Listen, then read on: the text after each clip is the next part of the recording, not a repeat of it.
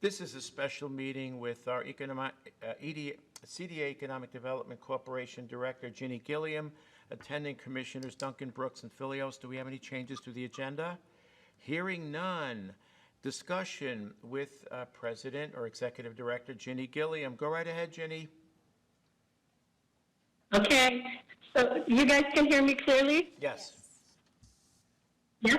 Okay. Yeah, we're good. So the office has been open. Okay, the office has been open. Lauren and Josh are alternating weeks. It's not that we're busy in the office. It's just we want to be open to show, just to show support for opening the economy. As far as projects, we're working on about 24 plus projects. The last three are actually existing companies that want to expand their headquarters in downtown Sherman. So I think that's very cool. And we continue to get leads from the coastal cities, whether it's LA, Portland, or Seattle. We continue to get leads of companies that are interested in relocating to our area. So I find that as a good sign. We never really slowed down during this whole pandemic, maybe the first 2 weeks, but after that, we're continuously getting leads. I was very pleasantly surprised. I thought everything would just shut down and focus on survival, like all the businesses. But I think what happened is the pandemic and all that's happening in bigger cities, the ones that were thinking about moving to begin with, it triggered them to really check it out. So some of them are still pretty exploratory. They just want that initial flush of information so that they can start looking at it. But some of them have actually followed through. We actually had one company from the Midwest fly in just in the last 2 weeks to really explore what's happening. They've been here before. They were here early January, and then, they focused on making sure that their company survives. And then they contacted me and they came back up again to go look at sites again. So I think that's a really good sign. We have some existing projects that are continuing, like Project Drive. So that one's just going to keep going, and it has another year timeline before it keeps going. But the exciting thing about the headquarters is these are existing companies that have continued to grow even through the pandemic. They're not in the industries that are heavily affected by the pandemic. In other words, they're not in the hospitality industry. And so they're continuing to grow, and they want to expand their headquarters. Jenny, so quick. I think that's a good news. One of them, yes, go ahead. Yeah, quick question. Project Drive, did they purchase the land? Yes, they purchased the land, and they're actually looking at other land around it. Okay, thank you. But they are still waiting.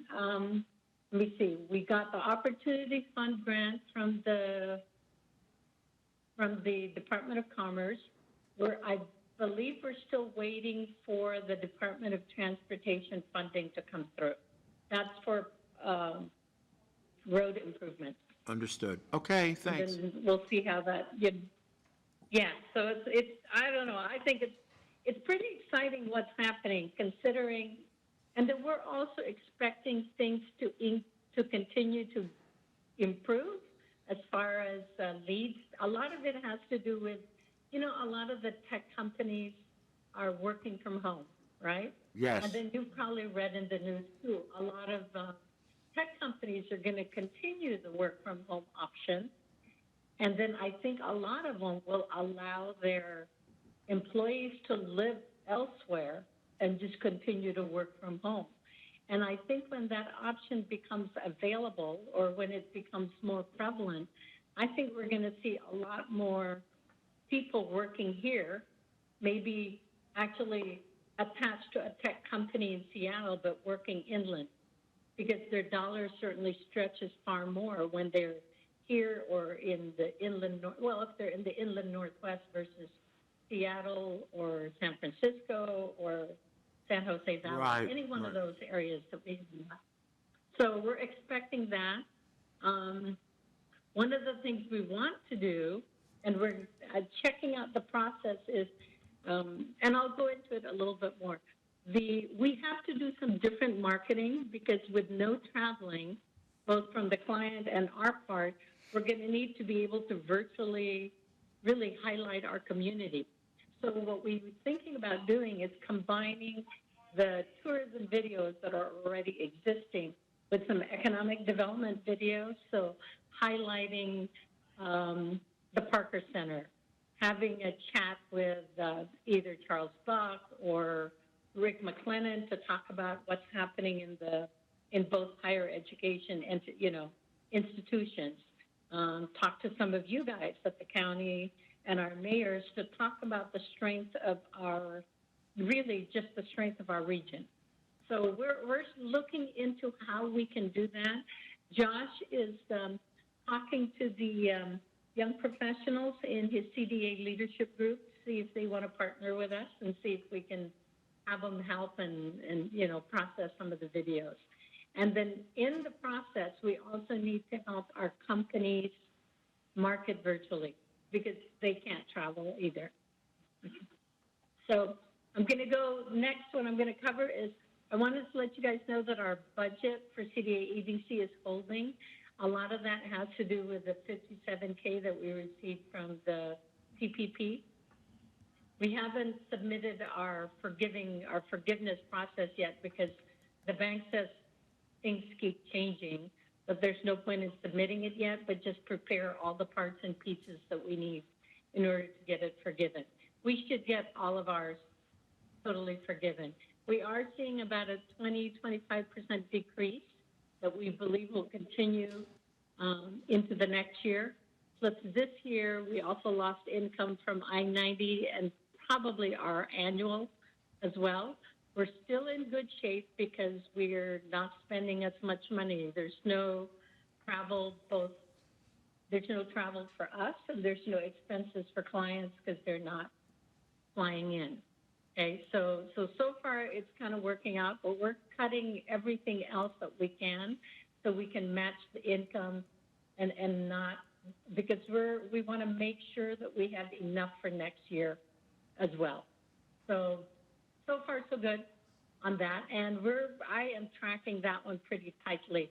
So we should be okay through the rest of the year. I've run several scenarios already, and then we should be good through the year. And even if things continue to be depressed next year, I think we'll be able to function well, but we just have to we have to just keep a tight lid on everything, okay? So I-90 has definitely been officially canceled. That was originally planned for Spokane this year, and with more limitations on Washington. I-90 group just decided we can't just keep it in limbo. So after this year, it will always be in Coeur d'Alene. That was originally the plan for the group. This year was the last year we were going to have it in Spokane. All the attendees like it better on the Coeur d'Alene side, so that's a plus. The annual lunch, we're still looking for a fall date, but with the surge in cases, that's probably not looking good. And if we end up canceling, we're just going to send out an annual report to all of our investors, is what we're planning to do. Okay, on the recovery side, we're still fielding a few phone calls and emails from local businesses who need resource assistance, but those have slowed down significantly. I think everybody knows where to find resources by now. We're continuing to stay connected with all the service providers, like Governor's Office, Commerce, Labor, the Chambers, SBDC. We ended the virtual town halls in part because the Chamber started both online and in-person breakfasts and lunches. And we were ending up covering pretty much the same thing. So we went ahead and pulled back on that. We're continuing to send out the info sheet. Everybody keeps telling us that they like that the info gets all put together at the end of the week into one package. And so there's still new information coming in. So I think it's been really helpful to continue to send those out. So Lauren produces those on a weekly basis. A lot of the information comes into all of our inboxes. And then because they know that Lauren is putting it together. So if SBDC gets something, they ship it off to Lauren, and then she assembles it all. So far, like I said, that's been working out really well. We are continuing to help our manufacturing and industry by helping them find new markets and new supply chains. I think I mentioned it at the last quarterly meeting that supply chains got messed up with the pandemic, and all of them are having to kind of scramble to find new suppliers. A lot of that had to do with the shipment from overseas, but those are starting to get fixed. Even when I talked to our transportation companies, they said those are slowly returning to the new norm, put it that way, okay? We're helping them with government contracting, any of them that are interested, any of them that are interested in going sourcing in Mexico or whatever, we're helping them through that process. We're helping, one of the things that I mentioned earlier, we want to help, so PNAA, so Pacific Northwest Aerospace Alliance, the Idaho Aerospace Alliance, and the Inland Northwest Aerospace Consortium. We're working with magazine editors, aerospace magazine editors, so we can help our companies do more virtual marketing. Because in addition to us needing to virtually market the region, our businesses also need to be able to market their goods and wares without going to trade shows, okay? So let me see. We are in partnership with PNAA and Penwar. We're continuing to provide webinars for business and industry, and it's giving them resources for best practices in reopening, best practices in pivoting, as well as the marketing, all the different things. So we continue to add those to the info sheet. Plus, we actually send them out directly to our businesses. So our existing businesses, we hit both ways. We put the info in the info sheet, so we send them emails directly. We are assembling lists of medical and related manufacturers in the Pacific Northwest and the coastal areas, so we can provide these to our businesses in case they need to find new markets. Because we know aerospace is kind of down at the moment, but the precision that it requires to build aerospace parts kind of fit with precision for medical parts. And so they should be able to make the transition, and some of them have made the transition. So all of those webinars and seminars that we're trying to find for everybody, and then just giving, a lot of them are free right now, which is really good. So we're just sending the info. If they can't attend, we send them the slides, you know, the slide deck. So those are just some of the things that we continue to try to do. We helped with the, Intermax with their broadband, the CARES broadband funding. And then any other telecom that needed assistance, we provided assistance. And I'm not sure which one ended up getting it. I think I don't know if they've announced yet. No, they haven't, Jenny. It will be this week, though, because they're committed to doing it by the 31st, which I believe is Friday. So it should be Friday or sooner. Right, and then they have to get it all done by the end of the year, right? Or something very quick. Yeah, December 15th. December 15th. Yeah, they have. And so, so hopefully we get those. You know, hopefully we get some in North Idaho, because I think as this pandemic continues, that broadband access is just so critical. Whether it's students for school or people working or whatever it is, the broadband is, it's like power and water. It's really a necessity at this point to have really good access. Let me see. And then we continue to check on the health of our anchor institutions, either via the CDA EDC board, you know, when we share what's happening, as well as personal emails that I'm sending to hospitals, the VPs of higher education. I just want to make sure that all of our anchor institutions are as healthy as they can be under this new norm. because all of them employ a big chunk of our labor market, and so we need to make sure that if there's anything they need, that we're able to provide that assistance, okay? And then I talked about the marketing in the new normal, both for us as an entity as well as our businesses. So I won't, right now we're not thinking anything fancy. We're just thinking about some recorded Zoom calls on interviews, and then also combine that with the tourism videos that the chambers and the Convention Bureau already has, as well as the resort and everything else that's already available. So what we want to do is we want to access what's already available and then combine that with maybe snippets of interviews with people. And so Josh is checking out, like I mentioned earlier, Josh is checking out how to get all that done. And all in all, we are still cautiously optimistic, although everything that I'm reading, and even Sam from from Department of Labor is projecting that it'll be 2021, 2022 before we get our unemployment back to where it was.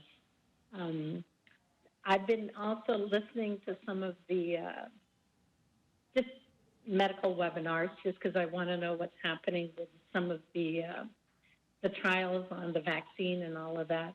The projections are sometime in 2021, it might be available, but not widely available. And they think it will be third or fourth quarter of 2021 or 2022 before it becomes widely available, the vaccines. So really, that's really all I have. I mean, it's a lot, but I tried to kind of compress it. Any questions? No, I have no questions. Good job. So you're seeing quite... Like I said, go ahead. Yeah, so you're seeing quite a bit of demand for our area, huh? Absolutely. Like I said, it's never slowed down except for the first 2 weeks when things were shutting down all across the U.S. But from that point on, I'm going to say, let me count really quickly. Hold on a minute. There's like just the new ones, okay? If I kind of tag them, this is just since the pandemic, so since the end of March. So it's 1, 2, 3, 4, 5, 6, 7, 8, 9, 10, 11, 12, 13, 14, 20 throughout the pandemic from end of March to now. 20? And they vary from small companies. 20 new ones. 20 inquiries? 20 new inquiries since the start of the pandemic. The number of employees? I'm sorry? Yeah, so you said 20 new inquiries since the advent of the pandemic. Yes. Okay. And these, like I said, some of them are local that want to expand, like when I mentioned the headquarters. Some of them are bigger companies. There's one from Seattle that wants to move an HQ, a headquarters, which is really good. It's a little one. It's like a 70, 75 people company, but that's still a good sign. And then there's a manufacturer with, this one is about 100 people. Yeah, and then of course we have the ones that we were working on before. Are most of these technology-based? Yes. Okay. That's why they're not as heavily, which is a good thing too. Mostly West Coast? Mostly West Coast, yes, except for we're working with that one from the Midwest. Okay, yeah, and you probably... But mostly West Coast. You probably saw what I think many of us read in this week's press regarding the real estate prices, which have basically just skyrocketed. In fact, some of the sale prices are literally just off the wall. But I guess this is what happens when people are flooding into the area. And of course, there's a shortage of inventory. Yeah, to begin with, right. Yeah, to begin I mean, with, so- the number of inquiry, yeah, the number of phone calls and Post-its getting posted on my door because I'm in a visible spot is increasing. Like, people putting Post-its on my door wanting to know if my house is for sale. And it's like, no, I like where I am. Thank you very much. Yeah, and Although sometimes, let me tell you, it's tempting to call them up and say, exactly what are you offering me for this house? right, but then you have to buy the next one. Yeah. I know, that's the thing. And then Yeah. you don't even know if you can find a house. Right. Right, That's the so- problem. Yeah, and I think it what's going to looks happen, like- I think the inventory, the limited inventory is going to become a gating factor here. Now, people can build, but the way builders are backing up, some of them are going to be out 18 months to 2 years. So people might start thinking, well, maybe I need to move beyond Idaho. So I don't know, but it's going to be a factor, and it's not something that's going to get solved in the near future. No, it's not, yeah. And it's just, it's amazing because, when I was talking to Linda from our board, she said she was still busy showing houses virtually as well as, they were very limited on how they could show houses. They had to let them in, then they had to wait in their car, and then people ran around the house, and then they exited, and then they locked up everything, and they connected by a phone. And Linda said she was still busy. Yeah, Yeah, and so it's spilling I into think it's Shoshone County now, and even Shoshone County is seeing rapid price appreciation. And I think it's because it's, at this point, certainly more affordable than Kootenai, but does anyone else have any questions for Ginny? I do not. Okay. Ginny, thank you very much for your time. All right? Thank you. Appreciate it. Thank you, too. Public comment? None? 10:27, meeting adjourned. Thanks, Ginny. Stay healthy.